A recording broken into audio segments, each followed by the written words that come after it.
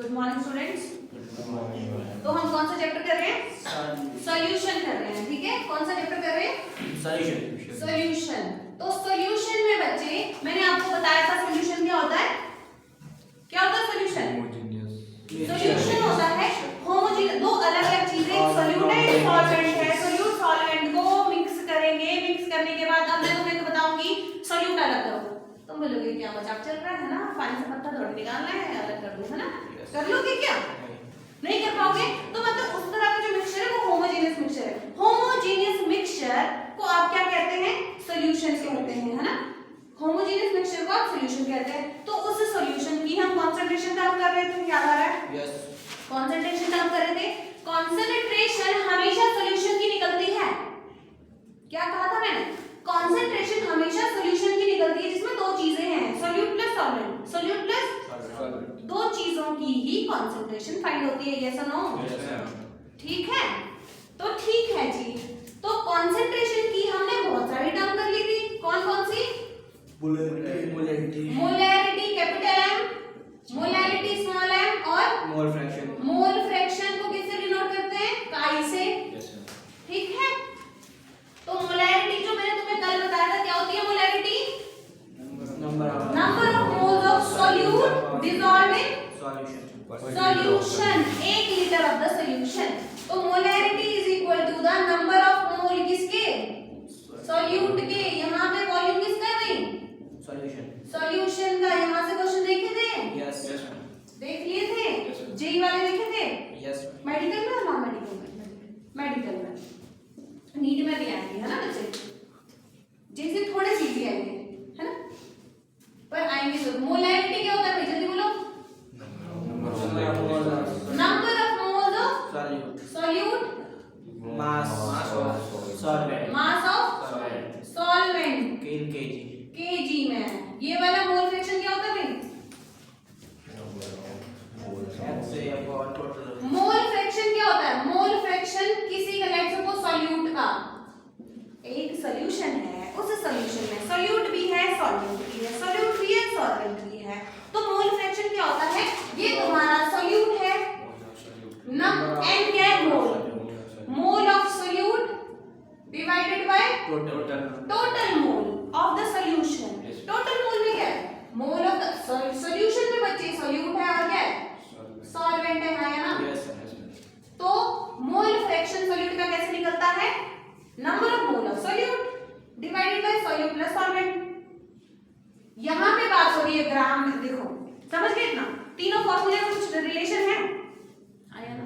थोड़ा थोड़ा है ना? ये भी मोल की बात कर रहा है, मोल की। पर मोल निकालने को हमें कुछ चाहिए। मोल ऐसे तो नहीं निकलेगा।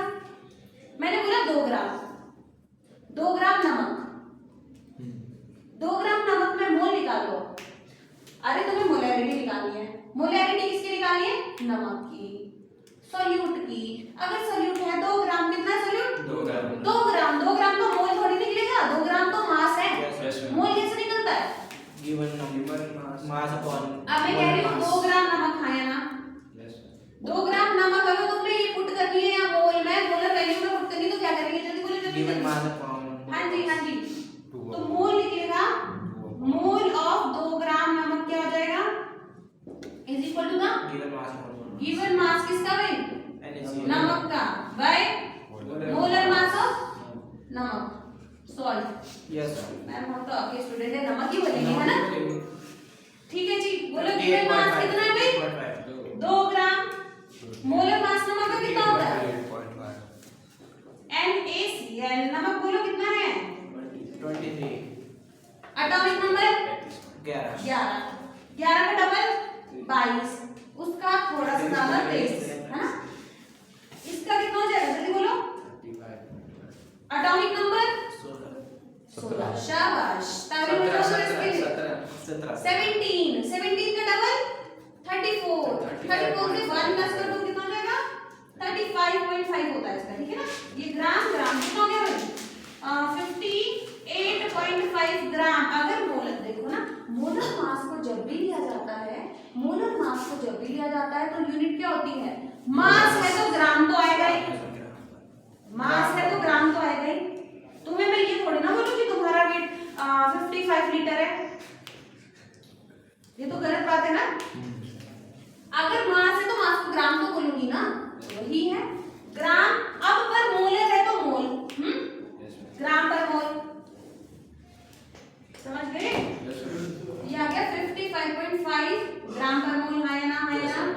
ये आया क्या, नंबर ऑफ मोल। ये ग्राम से ग्राम कैंसिल हो गया, ये मोल ऊपर चला गया। मोल की यूनिट मोल ही होती है, ये पर मोल है, ऊपर जाके मोल जाएगा।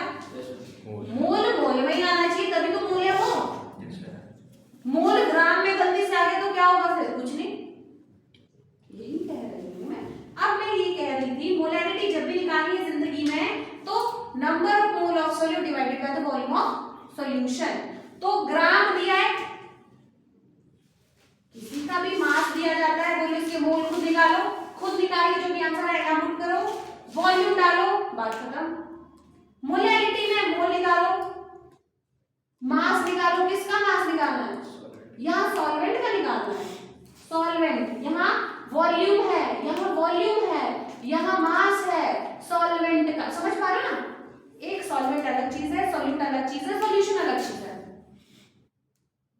सॉल्यूट नमक है, सॉल्वेंट पानी है, सॉल्यूशन मिक्स है, दोनों। समझ पा रहे हो? अब मोल फ्रैक्शन ये है, मोल फ्रैक्शन ये है, मोल फ्रैक्शन ये है। कुछ क्वेश्चन दो, आज देखते हैं जरा क्या करते हैं। Question number 1, find the molarity, find the molarity, जल्दी निकालो। Find the molarity of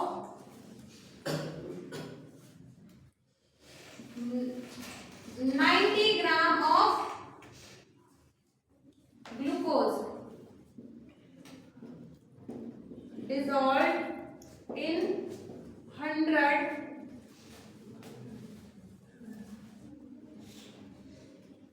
liter of solution। चलो ये क्वेश्चन सबको आना चाहिए, सबको मतलब सबको, है ना? ट्राई करो, जो निकालना है उसका फॉर्मूला लिखो बस। क्या निकालना है? हाँ, मोलैरिटी निकालना, तो पहले मोलैरिटी का फॉर्मूला लिखो।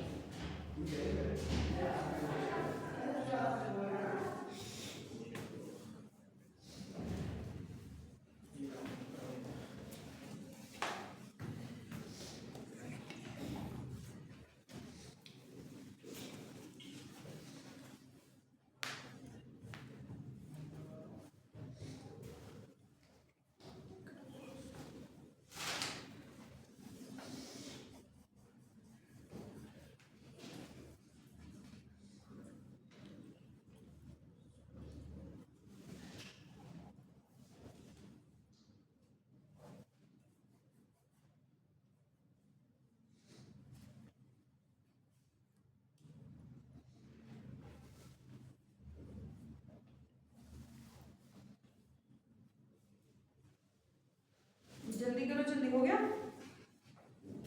ग्लूकोज पता है क्या होता है? क्या होता है?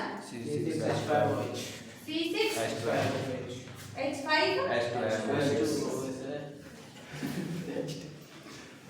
लो, इसका मोलर मास निकालो, निकल गया मोलर मास। आता मोलर मास करो,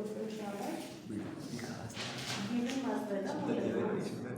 ये तो अभी गिवन मास से बच्चे हैं ना, मोल से निकालना है, तो मोल निकालेंगे तो गिवन मास से, मास से मोल निकालना पड़ेगा, मोल तो दिया ही है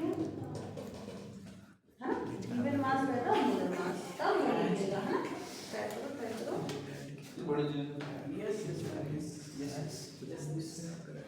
तनीषा हो गया?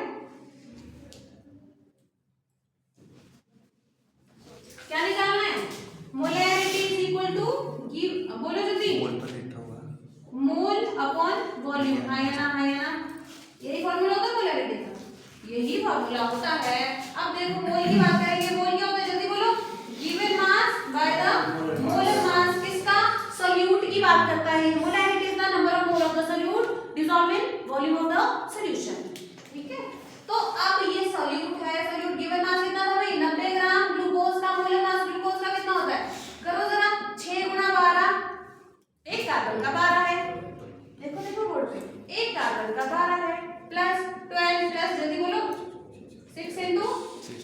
कितना है भाई 180 ग्राम, यूनिट बताओ पर मोल,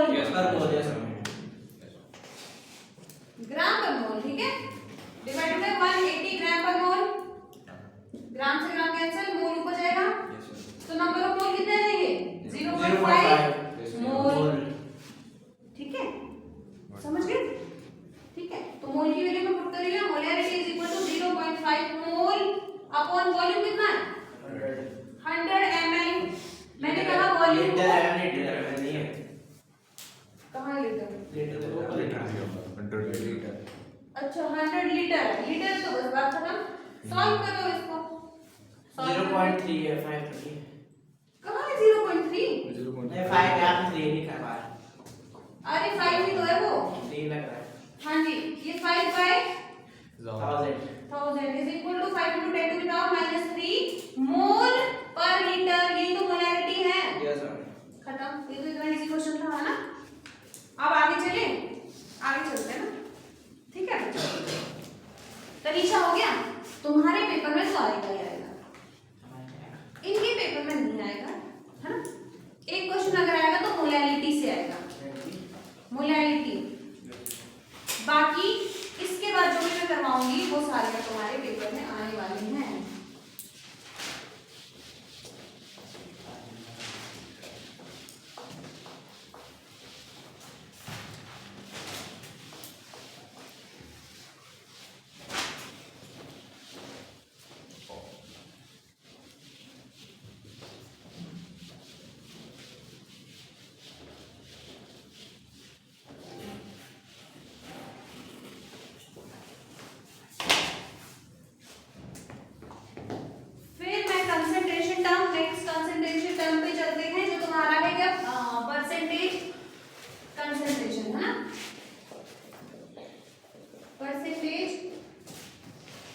concentration terms, percentage concentration term में आपकी 3 टर्म्स हैं,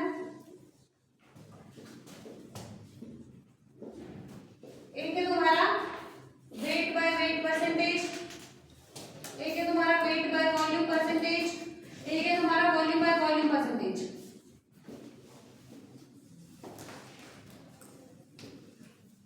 ठीक है जी। वेट बाय वेट परसेंटेज क्या होता है देखते हैं, वेट बाय वेट परसेंटेज क्या होता है चेक करते हैं, ठीक है ना, वेट बाय वेट, अभी तक जितनी भी कंसंट्रेशन टर्म करी है, कंसंट्रेशन कभी ऐसे तो नहीं निकालोगे कि एक ही चीज ले ली, फॉर एग्जांपल मैं कह रही हूं 2 ग्राम का मास बाय मास परसेंटेज निकालो, 2 ग्राम चीनी का, 2 ग्राम शुगर का weight by weight percentage find करो, कर लोगे? नहीं, अगर तुम्हें कंसंट्रेशन निकालनी, कंसंट्रेशन टर्म में कंसंट्रेशन किसी के रिस्पेक्ट में निकलती है, 2 ग्राम क्या वो तो पहले से प्योर है, पहले से ही प्योर है, 2 ग्राम में कुछ पानी डाल दो, 2 ग्राम में कुछ पानी डाल दूं, 2 ग्राम चीनी में कुछ 10 ग्राम नमक डाल दूं, कंसंट्रेशन तब कंसंट्रेशन सोल्यूट और सॉल्वेंट दोनों चीजें होनी चाहिए कंसंट्रेशन निकालने के लिए, याद आ रहा है, ये तो हम कर चुके हैं सारा, है ना। तो देखो वेट बाय वेट परसेंटेज, जो भी क्या होता है वेट बाय वेट परसेंटेज का मतलब होता है मास ऑफ सोल्यूट ग्राम में divided by mass of solution, mass of solution खत्म, इनटू 100। वेट दिख रहा है, वेट का मतलब वेट किसका होता है, मैटर का, वेट मतलब अगर वेट है तो मास है तो ग्राम है, वेट है तो मास है, अगर वॉल्यूम है तो क्या है, लिक्विड है, वॉल्यूम है तो लिक्विड है, वॉल्यूम है तो लिक्विड है, मास है तो सॉलिड है, तो अगर वेट बाय वेट है या फिर मास बाय मास भी बोलते हैं, तो mass of solute mass of solution, mass of solute mass of solute, इसमें मोल नहीं आ नहीं रहा, आ रहा है मोल नहीं, मोलैरिटी में मोल आ रहा था, मोलैरिटी में गिवन मास भी आ रहा था, मोलर मास भी आ रहा था, वॉल्यूम भी आ रहा था, पर इसमें क्या है, इसमें तो आ नहीं रहा, इसमें सिर्फ मास आ रहा है, सोल्यूट का भी मास का भी मास इनटू 100, समझ गए? पक्का? एक क्वेश्चन है 20%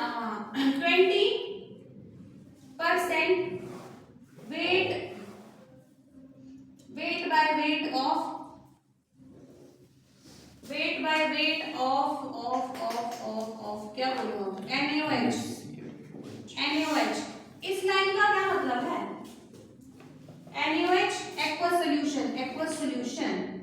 इस लाइन से क्या क्या इंफॉर्मेशन निकाल सकते हो? इस लाइन से क्या क्या चीजें निकाल सकते हो? वेट बाय वेट, एक तो देख लो कंसंट्रेशन टर्म है, कंसंट्रेशन तो सॉल्यूट सॉल्वेंट दोनों होंगे, कंसंट्रेशन टर्म में तो सॉल्यूट सॉल्वेंट दोनों होंगे, तो यहाँ पे सॉल्यूट कौन है बताओ जरा, सॉल्यूट कौन है? NaOH। Sodium hydroxide. सॉल्वेंट कौन है? एक्वस का मतलब क्या होता है? पानी। इस लाइन से सॉल्यूट पता चला, सॉल्वेंट पता चल गया। अब निकालो जरा इसका वेट बाय वेट परसेंटेज भी खुद ही बता दिया। वेट बाय वेट परसेंटेज निकालो जरा, वेट बाय वेट परसेंटेज क्या होता है बोलो? Given mass of solute upon mass of solution 100। इसमें सॉल्यूशन का मास निकालना है इनटू 100। सॉल्यूशन जो फॉर्मूला है बस वही। सॉल्यूशन का मास नहीं हमारे को पता, क्यों ढूंढना है? वो ढूंढना है ना सॉल्यूशन का मास। हाँ बात हमारी। एक मिनट के लिए बिल्कुल शांत हो जाओ। गिवन मास ऑफ सॉल्यूट कितना दे रखा है? Given mass 20%। गिवन मास कितना दे रखा है? अरे कितना है सॉल्यूट यार? NaOH कितना है? 20 ग्राम। सॉल्यूशन इसको डिसॉल्व किया जाता है हमें, अगर तो कुछ दिया होगा तब ठीक है, नहीं दिया तो इसको 100 ग्राम, बात खत्म। कुछ दिया है तो ठीक है, नहीं दिया तो 100 ग्राम है सॉल्यूशन। कितना है? 100 ग्राम। तो सॉल्यूशन कितना है? 100 ग्राम, समझ गए? पक्का? इनटू 100 ये रहा होगा, इसको इससे कट कर देंगे तो कितना आ जाएगा? Weight by weight percentage of 20% of this कितना आ जाएगा? 20, समझ गए? पक्का?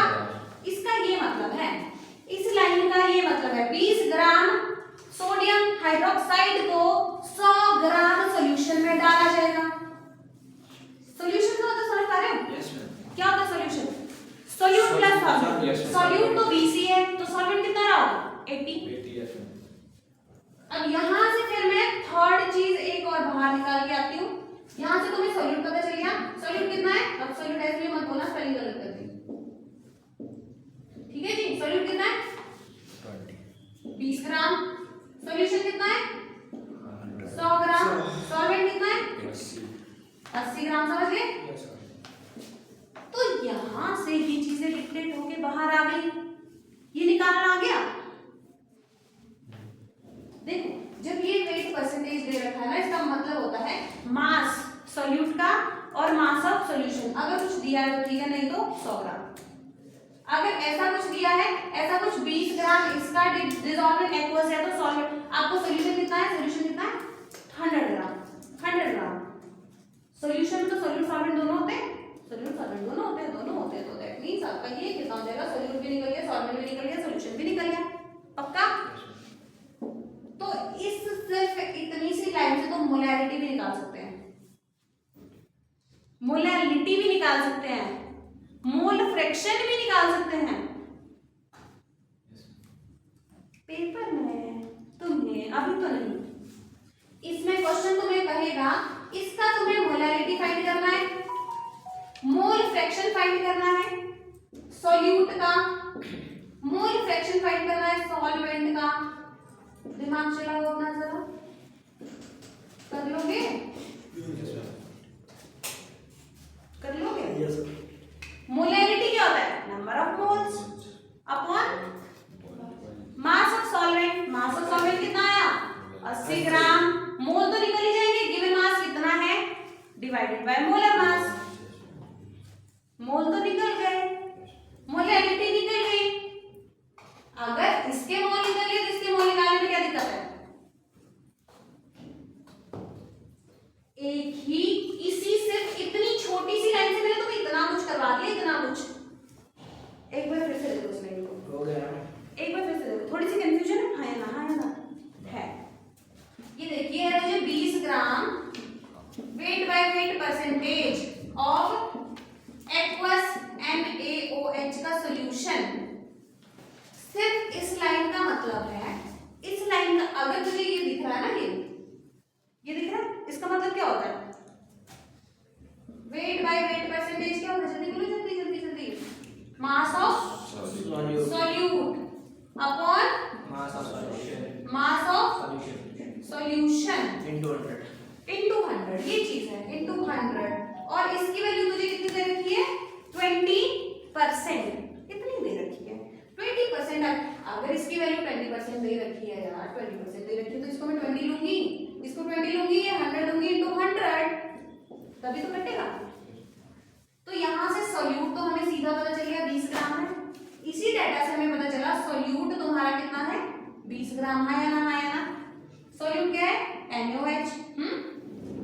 सेकंड पॉइंट, सॉल्यूशन भी हमें पता चल गया, सॉल्यूशन कितना है? 100 ग्राम। सॉल्वेंट कितना होगा? सॉल्यूशन के मास से सॉल्यूट का मास माइनस कर दो, सॉल्वेंट आ गया। सॉल्वेंट कितना हो गया? 100। सॉल्यूशन का मास माइनस सॉल्यूट का मास कितना हो गया? 80 ग्राम। है या ना? 3 पॉइंट निकल गए। फोर्थ आपको निकालिए मोलैलिटी। क्या निकालिए? मोलैलिटी। मोलैलिटी का फॉर्मूला क्या होता है? नंबर ऑफ मोल किसके? सॉल्यूट के। यहाँ सॉल्यूट क्या था? ये था, ठीक है, divided by mass of solvent. भूल गए फॉर्मूला है ना, मास ऑफ सॉल्वेंट, यही तो फॉर्मूला है। करो, number of mole of solute तो पता नहीं है तुम्हें, number of mole of solute तो पता नहीं है, कैसे निकलेंगे मोल?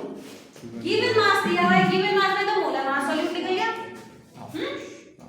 देखो देखो, नंबर ऑफ मोल कैसे निकलते हैं? Given mass by the molar मास, कैसे तो निकलता है। Yes sir. तो अभी मैं किसका मोल निकाल रही हूँ? सॉल्यूट का। तो सॉल्यूट के गिवन मास को ही बात करूंगी। सॉल्यूट का गिवन मास है 20 ग्राम। मोलर मास कितना है? अरे भाई NaOH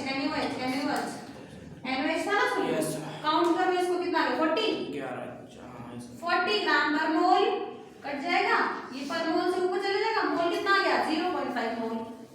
कितना है इसके मोल? सॉल्यूट की मोल है 0.5 मोल। यस और नो? तो यहाँ पुट कर दिया मैंने 0.5 mole upon mass of solvent कितना है?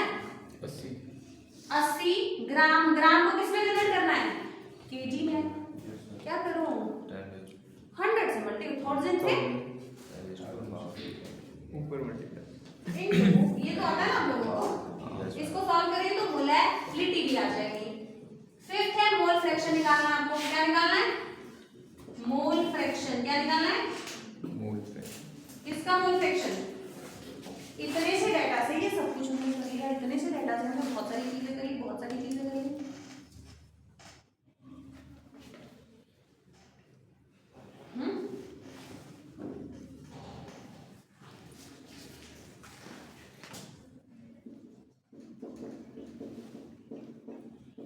मोल फ्रैक्शन ऑफ सॉल्यूट निकालोगे।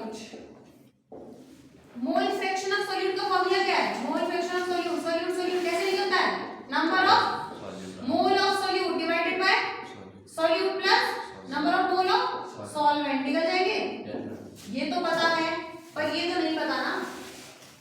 सॉल्वेंट के मोल भी तो निकालने, कैसे निकलेंगे? सॉल्वेंट का भी मास दे रखा है, गिवन मास होता है मोलर मास। यहाँ पे भी मैं number of mole of solvent करूंगी, क्या हो जाएगा? Given mass of solvent divided by molar mass of solvent. Given mass कितना है सॉल्वेंट का? 80 ग्राम है। 80 ग्राम डिवाइडेड बाय मोलर मास कितना है? वाटर। सॉल्वेंट क्या था? वाटर। वाटर का तो मोलर मास कितना है? 18 ग्राम पर मोल। तो ये वाली वैल्यू पुट कर दूंगी यहाँ पे। ये तो करना है कि आगे तुम्हारा 0.5 mole, 0.5 mole plus XYZ। Mole fraction of solute आ गया। अगर मोल फ्रैक्शन ऑफ सॉल्वेंट आएगा तो सॉल्वेंट के लिए सॉल्वेंट वाली वैल्यू x ऊपर लिखो, नीचे तो वही आएगा। मोल फ्रैक्शन ऑफ तुम्हारा सॉल्यूट प्लस सॉल्वेंट। समझ गए? तो इतने से लाइन से हमने कितने क्वेश्चन करे हैं?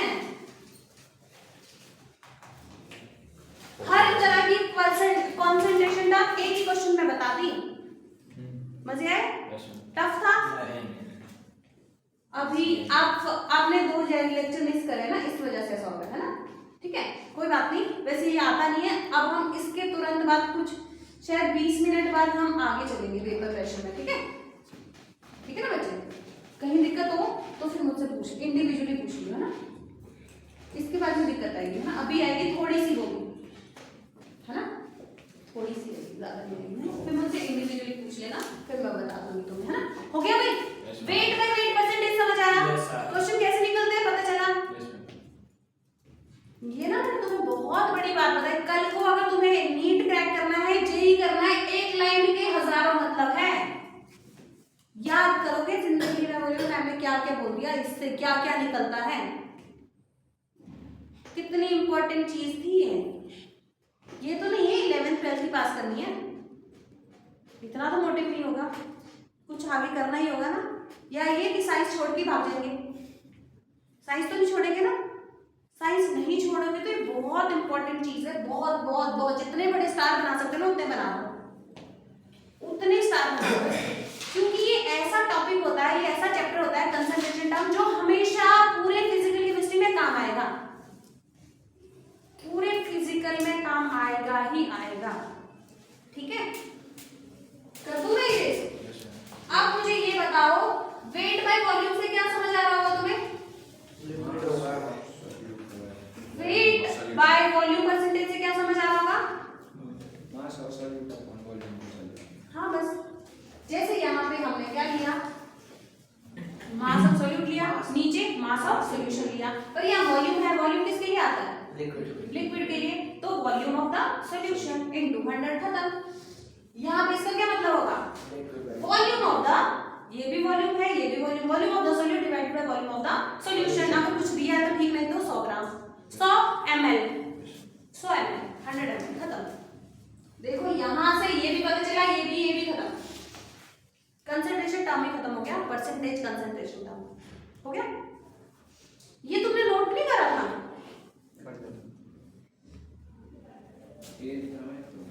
अरे भाई तुम छोड़ दी थी इंपॉर्टेंट चीज में, तुम पागल है पूरे हैं। चलो चलो जल्दी करो जल्दी। अभी गुड़िया सोच रही मैं क्या नोट करूं, मुझे समझ ही नहीं आ रहा। कोई बात नहीं, जा, है ना? थोड़ी देर वेट कर ले, है ना? उसके बाद हम कल से अब अच्छे से करने वाले हैं ना।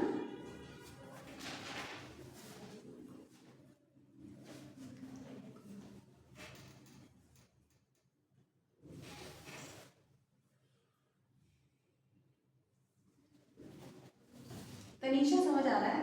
पेपर में आएगा वेट बाय वेट परसेंटेज को एक्सप्लेन, एक ना एक तो यहां से आएगा, है ना? अच्छा मुझे ये बता वेट बाय वॉल्यूम परसेंटेज क्या होता है? एक्सप्लेन करने की कोशिश कर।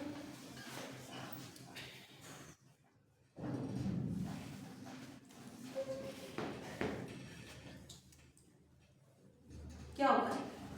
Mass of solid upon volume of solution into 100.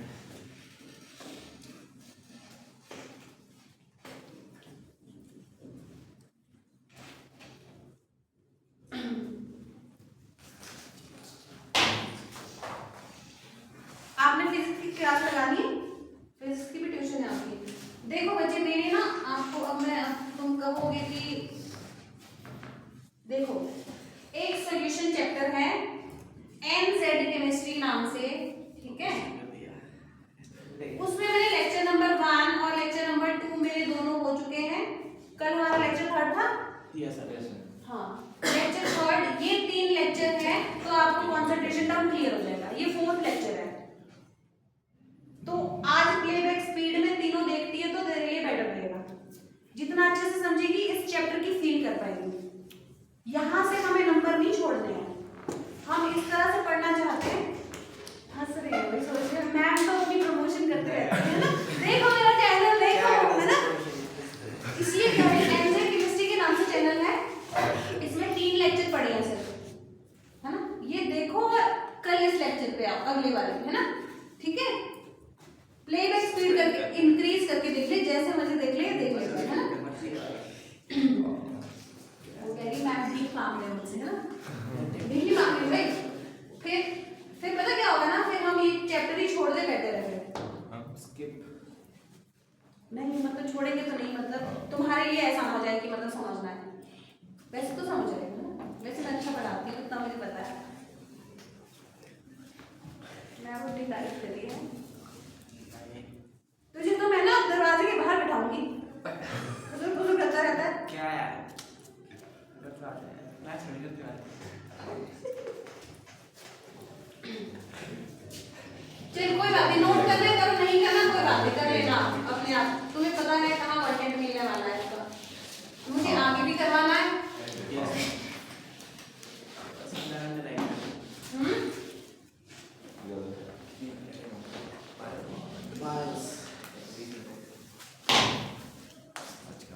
तो भी मैं बस ये बोलना चाह रही थी आप लोगों को, आपने लाइन तो दी होगी इस तरह कुछ, अब फिर से एक और लाइन दे दो।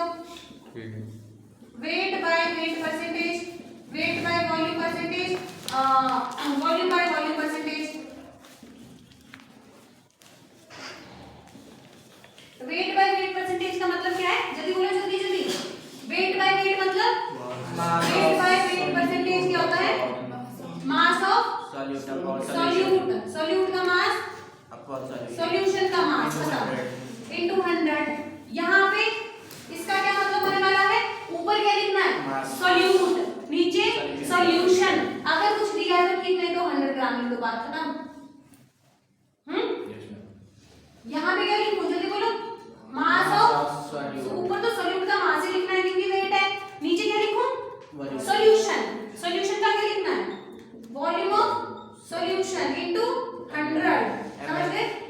ml में लीटर है, ml ml कितना 100 मिलीलीटर, 100 मिलीलीटर। अगर दे रखा है तब तो वो लिखो, नहीं दिया तो 100 ml, बात खत्म है ना।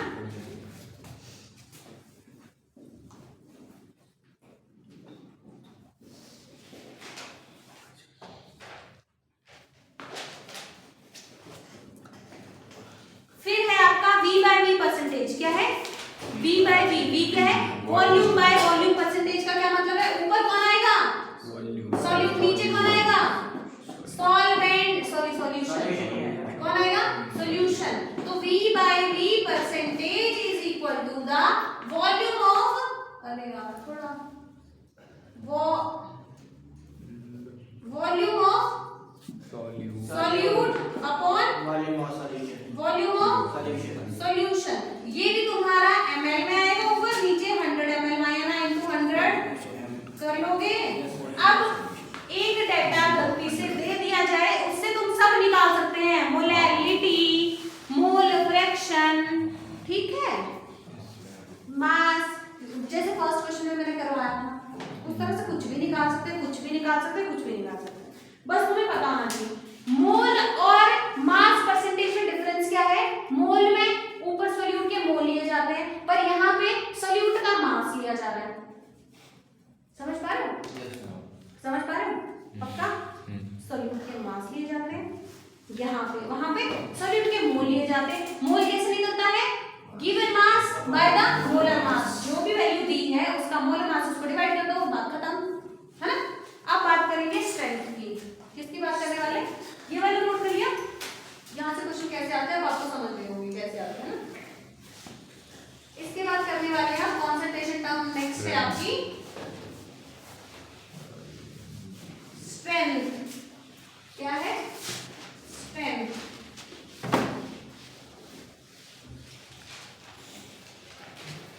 स्ट्रेंथ आपकी एज सिमिलर होती है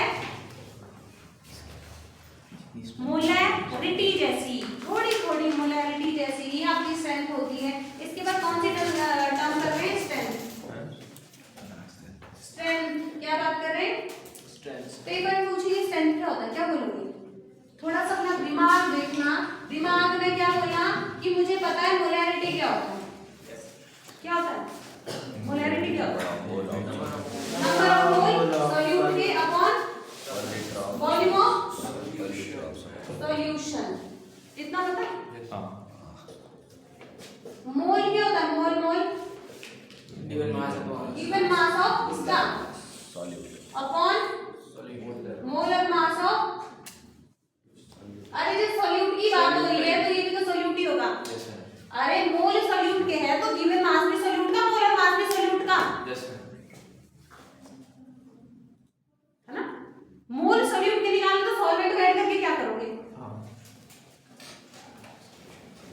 जब ये सॉल्यूट ही है, नंबर ऑफ मोल सॉल्यूट है, तो गिवन मास भी सॉल्यूट का, मोलर मास भी सॉल्यूट का, समझ गए? Yes sir. अब इस जैसी ही स्ट्रेंथ होती है, इस जैसी ही स्ट्रेंथ होती है, स्ट्रेंथ में कुछ अलग नहीं होता, कुछ अलग नहीं होता, कुछ अलग नहीं होता, सिर्फ क्या होता है, गिवन मास अपॉन वॉल्यूम, ये नहीं होता, मोलर मास नहीं होता, मोलर मास नहीं होता, मोलर मास नहीं होता, मोलर मास नहीं होता, मोलर मास नहीं होता। क्या समझे? स्ट्रेंथ क्या होता है? स्ट्रेंथ का फॉर्मूला है, बोलो, मास ऑफ सॉल्यूट जो ग्राम में आएगा अपॉन वॉल्यूम ऑफ सॉल्यूशन, खत्म।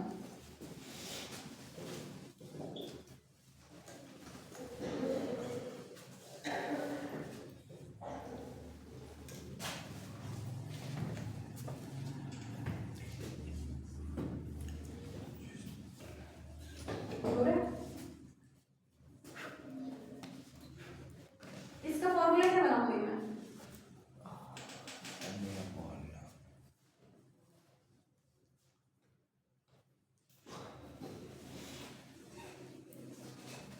ठीक है जी, समझ गए क्या होता है?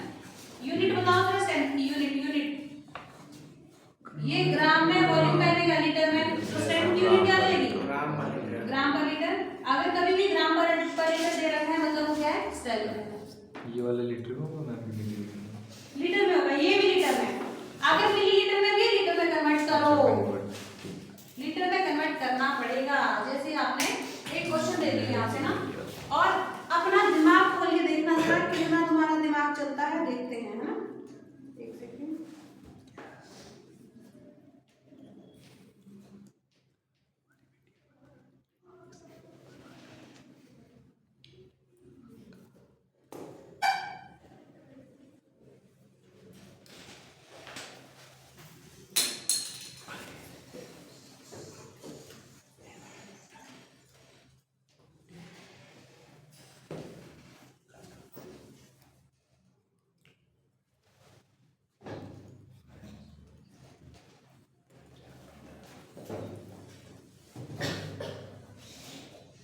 चलो जरा तुम्हारा थोड़ा सा माइंड चेक करते हैं ना, थोड़ा सा चेक करते हैं जरा कितना तुम्हारा दिमाग चलता है।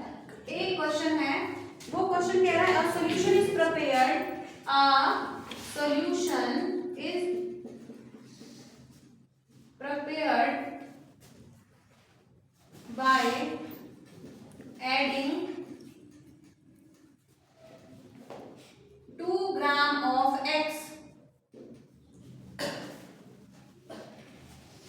of 1 mole of water. Mass percentage find करना है आपको, मास परसेंटेज ऑफ सॉल्यूशन क्या होगा?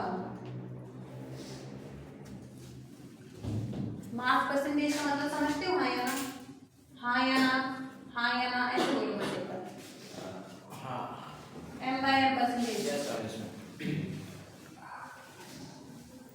M/M परसेंटेज ये निकालना है। तो देखो जरा, M/M परसेंटेज क्या होता है भाई? Mass of solute upon mass of solution into, ये होता है ना, ये निकालना है तुम्हें, मतलब ये निकालना है। थोड़ा सा अपना दिमाग खोलने की कोशिश करो, थोड़ा सा अपना दिमाग खोलने की कोशिश करेंगे तो इस दिमाग से बहुत से आइडिया बाहर आएंगे, है ना?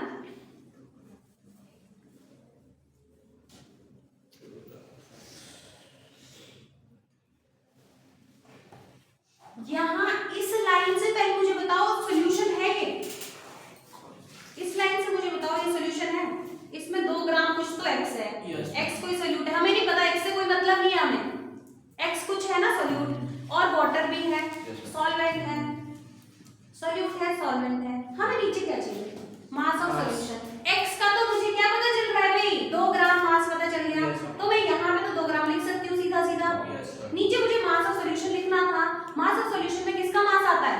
सॉल्यूशन सॉल्यूट प्लस सॉल्वेंट का, सॉल्वेंट का मास तो मुझे नहीं पता। क्या सॉल्वेंट वाटर है? 1 मोल वाटर, बात खत्म, इसी में आंसर था। That's right.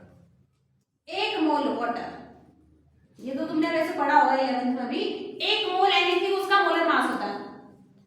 वैसे मैंने तुम्हें बताया था 1 मोल हाइड्रोजन, 1 मोल का मतलब 6.022 into 10⁻23 का मास 2 ग्राम, Yes.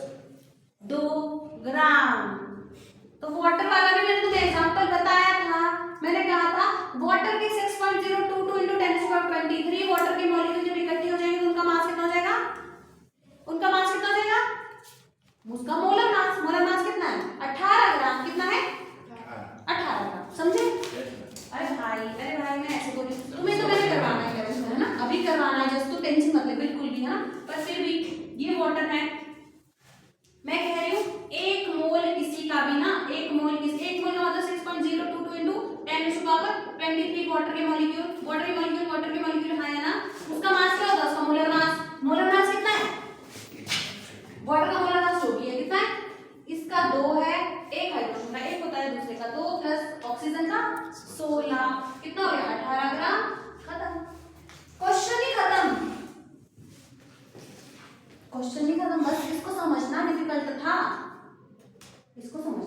बाकी तो क्या है इसमें, बाकी तो कुछ भी नहीं है, और ये तुम्हारे जे का क्वेश्चन है नहीं है। जब ऐसा क्वेश्चन आता है तो हमारे माइंड में चलता ही नहीं है क्या निकालना है, हमें तो ये नहीं पता चल रहा मास परसेंटेज क्या होता है, हमें ये नहीं पता चल रहा सॉल्यूट कितना है, वाटर का मास कितना होगा, फिर 1 मोल खुद ही तो खो दिया उसने, ये तो हमें अपनी अंडरस्टैंडिंग होनी चाहिए ना इतनी। एक पूरा चैप्टर है मोल 11th में, जब 1 मोल वाटर का मास नहीं पता चला तो क्या ही पता चल रहा है फिर लड्डू, फिर तो कोई फायदा नहीं है ना 11th पढ़ने का, है ना।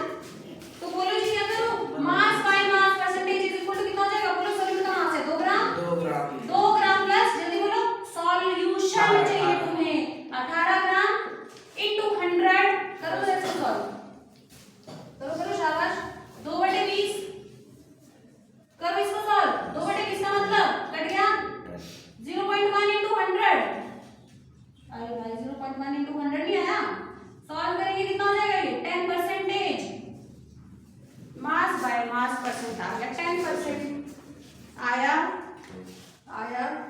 इजी था नहीं था, इजी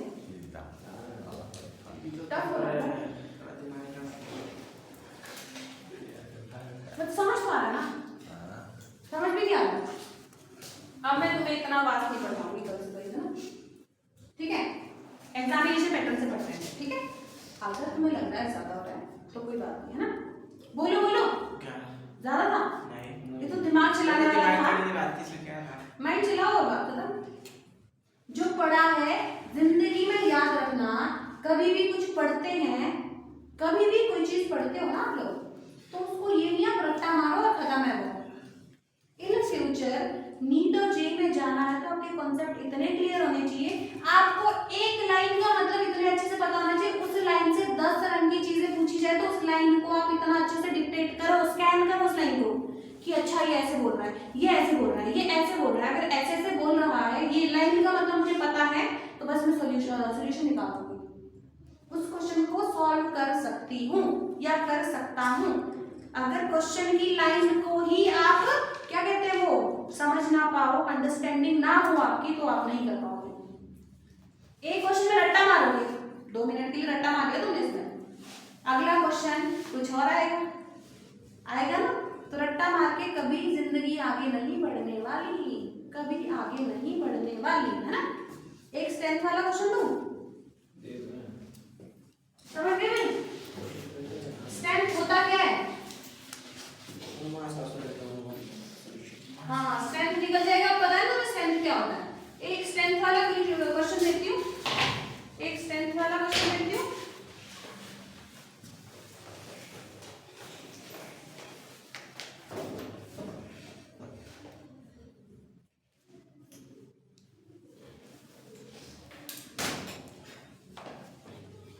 चलो एक और क्वेश्चन कर लो। देखो आज के दिन ही मैं तुम्हें कंसंट्रेशन डाउन करवा रही हूँ, कल से तो हम चैप्टर पे आ रहे हैं ना, पर तुम्हें ये पता होना चाहिए, आपको 11th में करा नहीं 12th में तो कर लो, जिंदगी में कभी टाइम मिले ना तो कर लो क्योंकि ये लाइफ टाइम काम आएगा ही आएगा। हंसी आ रही है उसको तो, है ना?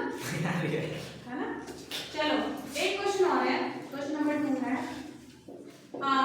Solution is prepared by adding 1 mole ethyl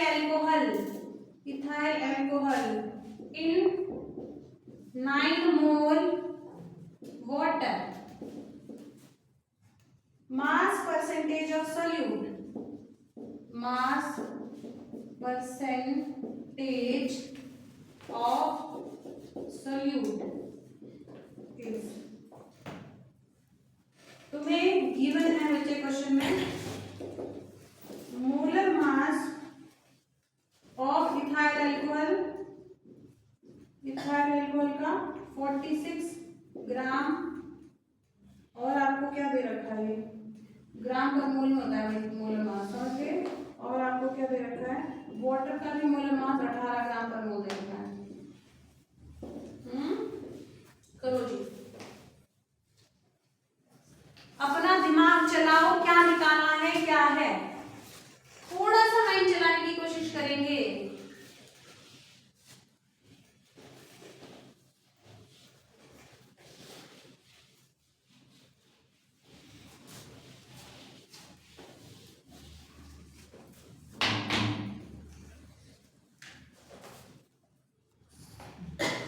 C2H5OH होगा ना इथाइल अल्कोहल।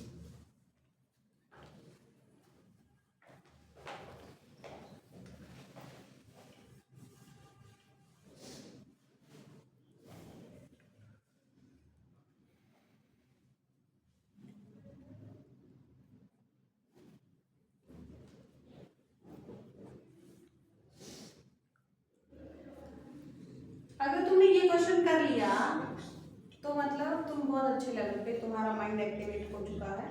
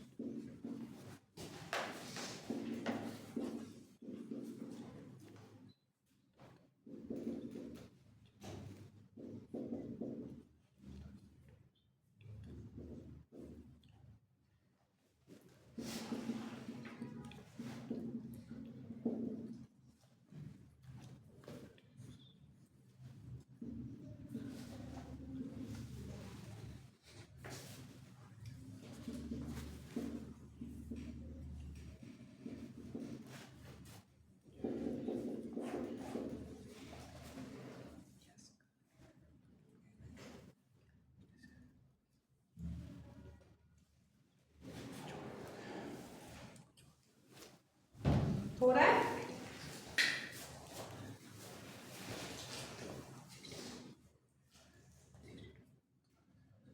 क्या निकालना है क्वेश्चन में? एक हिंट देती हूँ मैं आपको ना, क्या निकालना है? Mass percentage. मास परसेंटेज का मतलब वेट बाय वेट। क्या निकालना है? वेट बाय या m बाय m, है ना?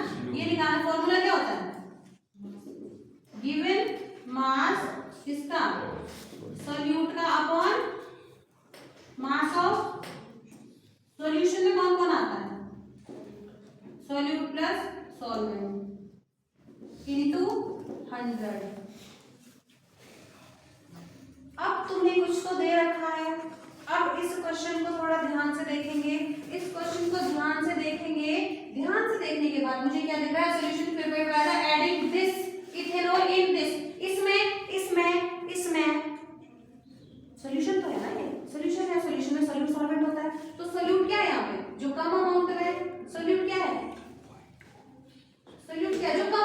में एक मोल, एक मोल है, एक 9 मोल है, इथाइल अल्कोहल, तो सॉल्यूट क्या है? Ethyl alcohol. मतलब ये है CH3CH2OH, कितना दे रखा है ये? 1 मोल। और सॉल्वेंट क्या है भाई? सॉल्वेंट क्या है? वाटर। वाटर कितना है? वाटर कितना है? 9 मोल। अब मोल को कन्वर्ट करना है तुम्हें किसमें? मास में। अरे ये तो हमने कब कर दिया था, मोल को मास में। मोल का फॉर्मूला लगाओ। मोल क्या होता है? गिवन मास में तो मोलर मास। मोल दे रखा है, गिवन मास निकालना है, मोलर मास से मल्टीप्लाई। मोल का फॉर्मूला लिखो ना, number of mole is equal to given mass में तो मोलर मास। गिवन मास निकालना है, गिवन मास निकालना है, मोलर मास से मल्टीप्लाई कर दो। मोल दिया हुआ है, मोलर मास से इसका भी ऐसे निकलेगा, इसका भी निकलेगा। यही तो निकाल के पुट करना है इसका। समझ पा रहे हो? हाँ या ना? हाँ या ना? अभी दोबारा बताओ। ओके, मैं कह रही हूँ तुम्हें यहाँ पे मोल दे रखा है ना, मोल का मास कन्वर्ट करना है। क्या करना है? यहाँ मास चाहिए, तो मास कैसे निकलेगा? तुम्हें पता है number of mole is equal to the given mass by the molar mass. अब मैं कह रही हूँ 1 मोल ये है, 1 मोल ये है, तो इस मोल को देख मैं क्या कह रही हूँ, एक इसकी बात करूँ मैं, फर्स्ट वाली है ना, 1 mole into molar mass. 1 mole of क्या है ये? CH3CH2OH को मैं मल्टीप्लाई करूंगी इसी के मोलर मास से। Molar mass of CH3CH2OH is equal to given mass, given mass of क्या? CH3CH2OH। मोल तो था गिवन मास, मोलर मास। मोल दे रखा है, इसका मोल 1 है, इसको इसके मोलर मास से मल्टीप्लाई करके गिवन मास आ जाएगा इसी का। नहीं आएगा? आएगा ना? करो जरा मल्टीप्लाई, कितना मोलर मास कितना होता है इसका? 15, 29, 30, 46, 46 ग्राम पर मोल। मल्टीप्लाई करो, ये हो जाएगा 46 ग्राम पर मोल। अब देखो, मोल से पर मोल कैंसल, गिवन मास कितना हो गया? 46 ग्राम। 1 मोल इसका मतलब 46 ग्राम है इसके दे रखे हुए। वैसे ही सॉल्वेंट का निकालना है, 9 मोल को मल्टीप्लाई करो उसके मोलर मास से, गिवन मास आ जाएगा। आ जाएगा? करो जरा, करो कितना आता है?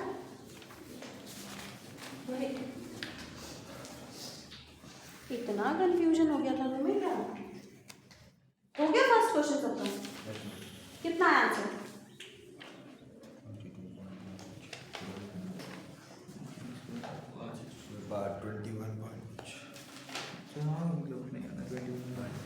अब देखो सॉल्वेंट का मास निकालना है। यहाँ देखो, तुम्हें सॉल्यूट का मास तो पता चल गया, सॉल्वेंट का निकालना है। सॉल्वेंट का मास कैसे निकालेंगे? तुम्हें पता है number of mole of solvent is equal to the given mass. अगर ये सॉल्वेंट है तो गिवन मास भी सॉल्वेंट होगा, हाँ या ना? हाँ या ना? Bye the molar mass of solvent. Solvent है क्या? वाटर है। वाटर का मोलर मास कितना होता है? 18 ग्राम पर मोल। ये दे रखे तुम्हें 9 मोल इनटू ये मैं इधर लेके आऊंगी 18 ग्राम पर मोल, हाँ या ना?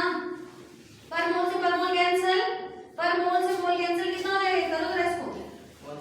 162 gram is equal to given mass, given mass of water. Water इतना दे रखा है और इथाइल अल्कोहल इतना दे रखा है। वाटर कितना है? 9 मोल में कितना मास है? इतना ग्राम। अब तो निकल ही जाएगा, है ना? अब तुम्हें क्या करना है? वेट निकालना है। वेट निकालना तो क्या करूं? Weight percentage is equal to given mass कितना है जल्दी बोलो? सॉल्यूट का 46 ग्राम, ये वाला सॉल्यूट का 46 इनटू सॉल्वेंट का 162 ग्राम इनटू 100। करो सॉल्व, आंसर आ गया। कन्वर्जन इंपॉर्टेंट था, बाकी तो कुछ भी नहीं था, है ना?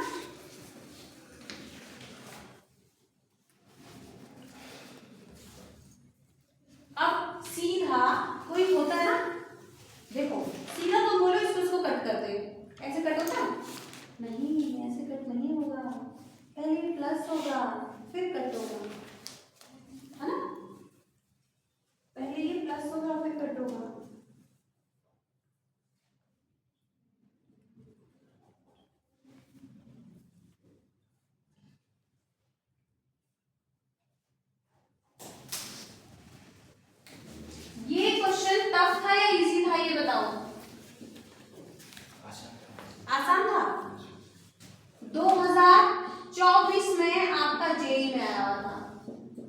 1 में?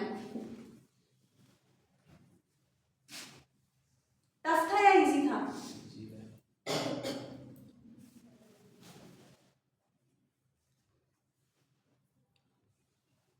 जो कॉन्सेप्ट करे उसको अप्लाई करना सीखना है बस, तब आपका कोई कॉम्पिटिटिव क्लियर होता है ना। पढ़ते तो सब है पर उसको अप्लाई करना आना चाहिए ना। समझ आ रहा है बच्चे? नहीं आ रहा, कोई बात नहीं है ना। कल से हम करने वाले हैं, आगे आगे चलेंगे है ना। टेंशन मत ले, इनको भी बहुत कुछ नहीं आता है ना, किसी को भी नहीं आता। अगर स्टार्टिंग से पढ़ेंगे तब, इवन ये तो 11th में इसमें तो मोल पढ़ा भी नहीं है ना।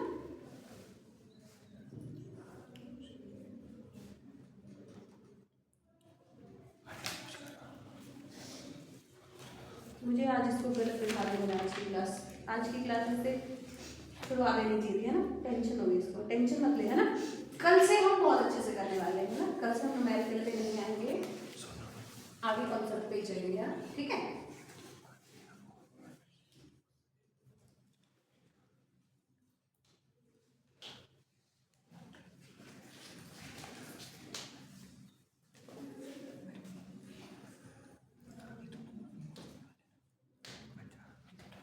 हो गया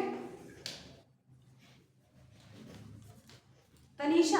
हो गया? आ रहा है समझ तुझे कि तू बस जा रहा है बाय बाय बोल के सीधा है? कर दूं मेरा वर्क इसको, है ना? कर दिया जाए या छोड़ दिया जाए? देखो भाई ये क्या बोलूं मैं तुम लोगों को, चलो छोड़ो है ना, कुछ नहीं बोलती ना। नेक्स्ट क्वेश्चन में चलो। ये क्वेश्चन जिसने कर लिया तो उसको मजे आ गए जिंदगी में। कोशिश करो, क्या पूछ रहा है question? If the concentration of glucose in blood is this, क्या दे रखा है ये? पहले तो यूनिट देखो इसकी। कॉन्सेंट्रेशन टर्म में तुमने मोलैरिटी तो पढ़ी नहीं होगी, मोलैरिटी भी पढ़ी है, मोल फ्रैक्शन भी पढ़ा है, स्ट्रेंथ भी पढ़ा है, वेट बाय वेट परसेंटेज पढ़ा है। तो कॉन्सेंट्रेशन के कितने सारे टर्म है? कौन सी टर्म दे रखे हैं? ग्राम पर लीटर, ग्राम पर लीटर। अब ये भी याद आ रहा है क्या यूनिट थी? ग्राम पर लीटर। तो ये स्ट्रेंथ दे रखी है, क्या दे रखी है? निकालनी क्या है? मोलैरिटी निकालनी है। मोलैरिटी का फॉर्मूला लगाओ जो निकालना है। क्या निकालना? मोलैरिटी इज इक्वल टू, बोलो ओ मास है ना, नंबर ऑफ मोल, किसके मोल में? सॉल्यूट के, divide by volume of solution. समझ पा रहे हो? ये तुम्हें निकालना है, ये तुम्हें निकालना है, ये तुम्हें निकालना है। अब सिर्फ यहाँ पे आओ, यहाँ पे कुछ तो क्वेश्चन में ये मजाक में दे रखा है हमें, है ना। स्ट्रेंथ कितना है? 0.72 ग्राम पर लीटर है ना। मतलब यहाँ से इस यूनिट से हमें पता चला कोई कॉन्सेंट्रेशन है ग्लूकोज की, ग्लूकोज की कोई कंसंट्रेशन है जो स्ट्रेंथ में दे रखी है। कंसंट्रेशन दे रखी है ग्लूकोज की जो स्ट्रेंथ में बताई है। स्ट्रेंथ ही तो कंसंट्रेशन है। तो इसका मतलब क्या है? स्ट्रेंथ का मतलब क्या होता है ये बताओ जरा पहले। स्ट्रेंथ इज इक्वल टू क्या होता है? Mass of solute upon volume of solution. तो इस लाइन से मैं क्या बोलूं? देखो ये जो आगे वाला पार्ट है ये क्या है? 0.72 ग्राम। ये क्या है? मास ऑफ सॉल्यूट पर लीटर, मतलब वॉल्यूम ऑफ सॉल्यूशन। यहां से वॉल्यूम ऑफ सॉल्यूशन भी पता चल गया, मास ऑफ सॉल्यूट भी पता चल गया। पता चला? दो डाटा तो क्लियर है। आंखों से देखो, नीचे करने से, पेन उठाने से पहले ना क्वेश्चन को पहले चेक करो क्या है वो। देख लिया स्ट्रेंथ है, वो स्ट्रेंथ है तो स्ट्रेंथ का फॉर्मूला ये होता है, मतलब मास इतना है सॉल्यूट का। सॉल्यूट क्या है? ग्लूकोज। ग्लूकोज इतना दे रखा है, वॉल्यूम दे रखा है, मोल निकालने हैं। ग्लूकोज के मोल निकाल, अरे भाई इसमें पुट करना, मोल निकालना है। मोल कैसे निकलेगा? गिवन मास होता है मोलर मास। ये गिवन मास है, ग्लूकोज के मोलर मास से क्या करना है? डिवाइड कर दो इनटू वॉल्यूम। खत्म। Molar mass is equal to, sorry molarity is equal to given mass कितना है? 0.72 ग्राम अपॉन मोलर मास कितना है? वैल्यू ये आएगी, इसकी तो वैल्यू ये आएगी, इनटू वॉल्यूम तो तेरा 1 लीटर ही था, 1 लीटर था, ग्राम से ग्राम कैंसिल, मोलैरिटी कैसे आएगी, ये देखो ये मोल हो जाएगा, मोल पर लीटर, ये है ग्राम पर मोल, मोल ऊपर गया, हिसाब ऊपर गया, करो इसको सॉल्व करो, खत्म आंसर 0.72 मोल पर लीटर, 180 ग्राम, खत्म आंसर। नहीं मोलैरिटी तो निकाली थी, पर इसमें छोटी सी लाइन से पहले स्ट्रेंथ से सॉल्यूट निकालो, फिर सॉल्यूट से, सॉल्यूट के मास से number of mole of solute निकालो, फिर पुट करो, फिर जाके क्वेश्चन को करो। टफ था, टफ तो था, आसान था पर समझ नहीं आया। आसान था पर समझ नहीं आया, वही कह रही हूँ, पढ़ने से बेटर है क्वेश्चन को समझना। कंसंट्रेशन की कितनी टर्म कर ली, molarity, molarity, mole fraction, weight percentage, weight by volume, volume by volume percentage, फिर क्या करा स्ट्रेंथ, इतनी सारी कर ली ना। तो कंसंट्रेशन तो किसी भी टर्म में दे सकता है, किसी भी यूनिट में दे सकता है, किसी भी यूनिट में दे रहा है, मोलैरिटी निकाल कुछ भी पूछ सकता है भाई, इसकी मर्जी है। अब ये थोड़ी भी मैंने स्ट्रेंथ ही पढ़ाया है, मैं स्ट्रेंथ ही निकलवाऊंगा, मैं मास दे दूंगा, वॉल्यूम दे दूंगा, स्ट्रेंथ निकालो, मैं तो मास दूंगा, मोल निकलवाऊंगा, मास दूंगा, मोल निकलवाऊंगा, गिवन मास से मोल निकल जाएगा, गिवन मास से मोल निकल जाएगा, गिवन मास में तो मोलर मास का तो मोल निकल गया। अगर मोल दे दिए तो मैं मास निकलवाऊंगा, मैंने मोल दे दिए मास निकालूंगा, मोल दे दिए तो मास कैसे निकलेगा, mole given mole, mole is equal to the given mass में the molar mass, given mass में the molar mass, given mass में द मोलर मास, मास निकालना है तो मोलर मास से मल्टीप्लाई कर दो। समझ पा रहे हो? क्वेश्चन तो कैसे भी घुमा सकता है, कुछ भी कर सकता है, कुछ भी कर सकता है जो उसका मन करेगा। और ये इतने आसान क्वेश्चन वैसे है नहीं, आपको नहीं समझ आ रहे, थोड़ा सा ट्रिकी है, क्योंकि ये जेईई के क्वेश्चन है, नीट के भी नहीं है, जेईई के क्वेश्चन है। मैं आपको इसलिए बोल रही हूँ, तुम्हें जो आज तक ऐसा फील होता था ना जेईई तो बहुत टफ है, लगता था कि पता नहीं कौन सा ही क्या आता होगा वहां पे, तो जेईई में कुछ नहीं आता, आपके कॉन्सेप्ट जितने क्लियर होंगे उतना अच्छा आप कर पाओगे, है ना? मैं आपको एक चीज अभी कहती हूँ बच्चे, जो बच्चा हमारे रोहड़ू से जाता है ना प्रिपरेशन के लिए, है ना, रोहड़ू से प्रिपरेशन के लिए जाता है, फॉर एग्जाम्पल आपका चंडीगढ़ चला गया, कोटा चला गया, है ना, आकाश चला गया, PW चला गया, LN चला गया, 1 साल ड्रॉप कर लिया, दूसरा कर लिया, तीसरा कर लिया, 4 साल ड्रॉप करता है। ड्रॉप करते टाइम पता क्या होता है, उसके बेसिक क्लियर नहीं होते। क्या दिक्कत होती है? बेसिक क्लियर नहीं होते। अगर आपके गलती से बेसिक क्लियर नहीं है, आपने क्वेश्चन को रट्टा मारने पे कोशिश की रट्टा मारे जा रहे हो, 1 साल में आप बोलोगे मैं एक लेक्चर को 10-10 बार पढ़ रहा हूँ, फिर भी मेरा नहीं हो रहा सिलेक्शन, कहोगे ना? रीजन क्या है उसके पीछे? लॉजिक क्या है? लॉजिक सिर्फ इतना है, आप कंटेंट सब पढ़ चुके हैं पर आपका कॉन्सेप्ट क्लियर नहीं है। कॉन्सेप्ट पहले क्लियर करो, फिर क्वेश्चन पे अप्लाई करो। कॉन्सेप्ट जितना बेटर रहेगा उतना अच्छा क्वेश्चन कर पाओगे। अब बड़े इंस्टीट्यूशंस में पता क्या होता है, जैसे आप ड्रॉपर बैच में जाते हो ना, यहाँ से कोई भी बच्चा डमी के लिए नहीं जाता, इतना तो मुझे पता है ना। जो अगर आप ड्रॉपर बैच में जा रहे हो तो जो वहां पे टीचर्स पढ़ाते हैं ना, टीचर्स इस क्वेश्चन को सॉल्व नहीं करवाते, वो स्ट्रेंथ करवाएंगे और बोलेंगे करो, क्योंकि उस टीचर को लगता है तुम्हारे बेसिक कितने क्लियर पहले से है कि तुम इसको देख के पता कर पाओ ये जो यूनिट है ये स्ट्रेंथ है, कंसंट्रेशन की यूनिट स्ट्रेंथ है। तुम इसको रट्टा मारते रहोगे, अच्छा ऐसा ऐसा ऐसा, क्योंकि टीचर को लगता है तुम +1 भी कर चुके हो, +2 भी कर चुके हो, कॉन्सेप्ट अच्छे हैं, तभी ड्रॉपर बैच में आए हो, हलवा तो नहीं है। टीचर को भी सिलेबस खत्म करना होता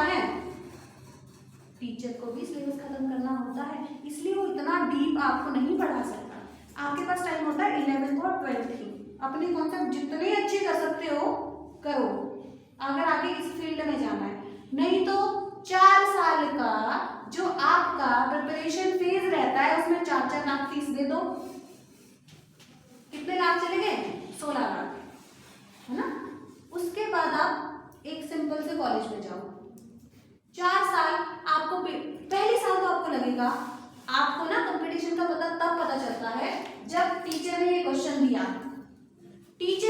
क्वेश्चन दिया, बोला वेट बाय वेट परसेंटेज निकालो, तुम्हें वेट बाय वेट का फॉर्मूला पता है, बस ज्यादा से ज्यादा तुम बोलोगे यहाँ मास चाहिए, यहाँ भी मास चाहिए, पर यहाँ तो मास दिया ही नहीं है, या तो मोल दिया है। अब तुम जितने में सोचोगे मोल को मास में कन्वर्ट करो और पेन उठाने की कोशिश करोगे, उतने में आपके जो कॉम्पिटिटिव बच्चे हैं, कॉम्पिटिटर्स हैं, वो आपका आंसर दे चुके होंगे पेन उठाने से पहले ही।